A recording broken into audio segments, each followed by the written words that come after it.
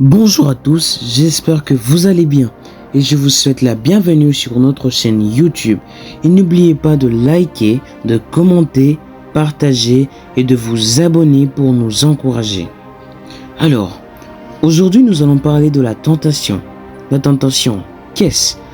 Eh bien, la tentation est un désir de s'engager dans des envies de plaisir à court terme qui menacent les objectifs à long terme. Le meilleur exemple de la personne qui a été tentée et qui s'en est sortie, c'est Jésus.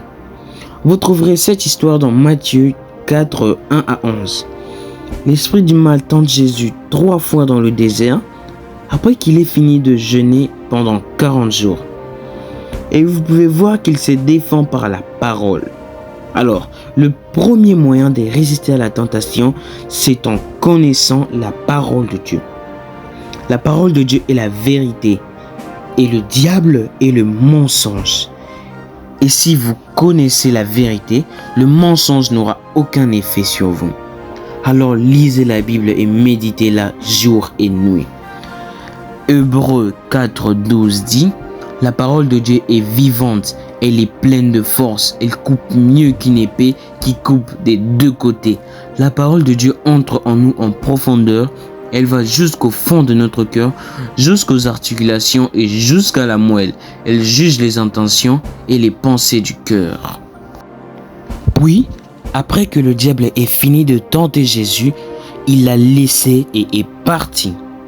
Sachez que comme Jésus, si vous résistez au diable, il fuira loin de vous. Lisons Jacques 4:7. Alors, obéissez à Dieu, mais résistez à l'esprit du mal et il fuira loin de vous. La parole de Dieu même l'affirme. Si vous résistez au diable, il fuira loin de vous. Alors, sachez ceci.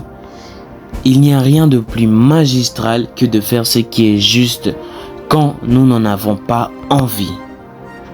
Sachez que la tentation vient de la chair dans les 5 sens qui sont la vue, l'ouïe, le toucher, l'odorat, le goût.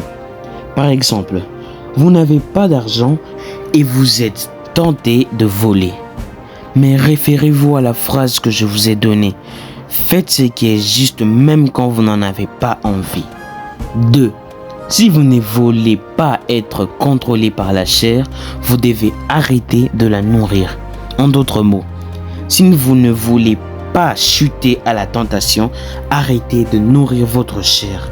Je vous l'assure, moins vous accomplissez les désirs de votre chair et moins fort elle devient. Je le répète encore, faites ce qui est juste même quand vous n'en avez pas envie. Et nourrissez plutôt votre esprit en lisant la parole de Dieu. 3.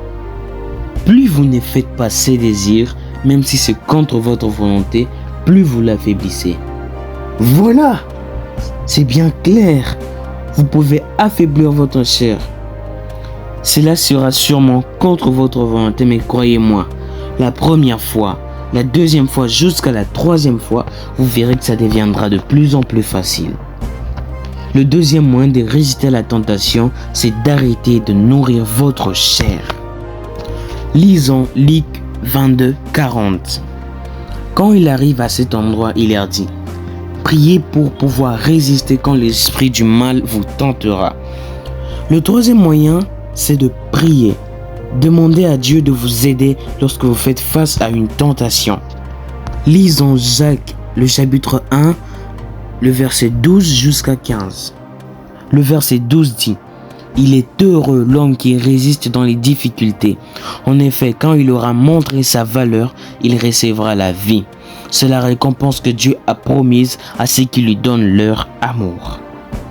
Dans ce verset, comprenez qu'après avoir résisté à la tentation, vous recevrez la vie.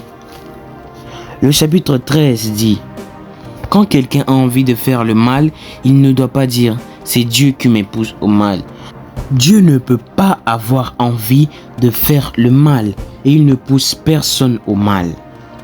Sachez que Dieu ne tente personne, mais il nous donne la force de nous sortir de la tentation. Le chapitre 14, chacun est poussé au mal par son désir mauvais qui l'attire et l'entraîne. Nos désirs viennent de notre chair. Mais maintenant, nous savons que nous devons l'affaiblir. Verset 15. Et quand on laisse faire ses désirs, il donne naissance au péché. Puis quand le péché a grandi, il donne naissance à la mort. Si vous résistez à la tentation, vous recevrez la vie. Mais si vous tombez face à la tentation, elle crée le péché. Et quand le péché grandit, c'est la mort qui suit.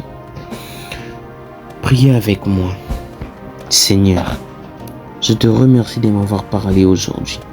Merci de m'avoir fait comprendre que je dois arrêter de chuter à la tentation. Pardonne-moi parce que je n'ai pas résisté le fois passé, mais aide-moi à m'en sortir prochainement. Dans ton nom puissant. Amen. Nous vous remercions d'avoir regardé cette vidéo du début à la fin et nous espérons que Dieu vous bénira à travers elle. Et si vous croyez que cette vidéo bénira quelqu'un que vous connaissez, n'hésitez pas à la partager. Likez, commentez et abonnez-vous pour nous encourager. Merci et à bientôt par la grâce de Dieu.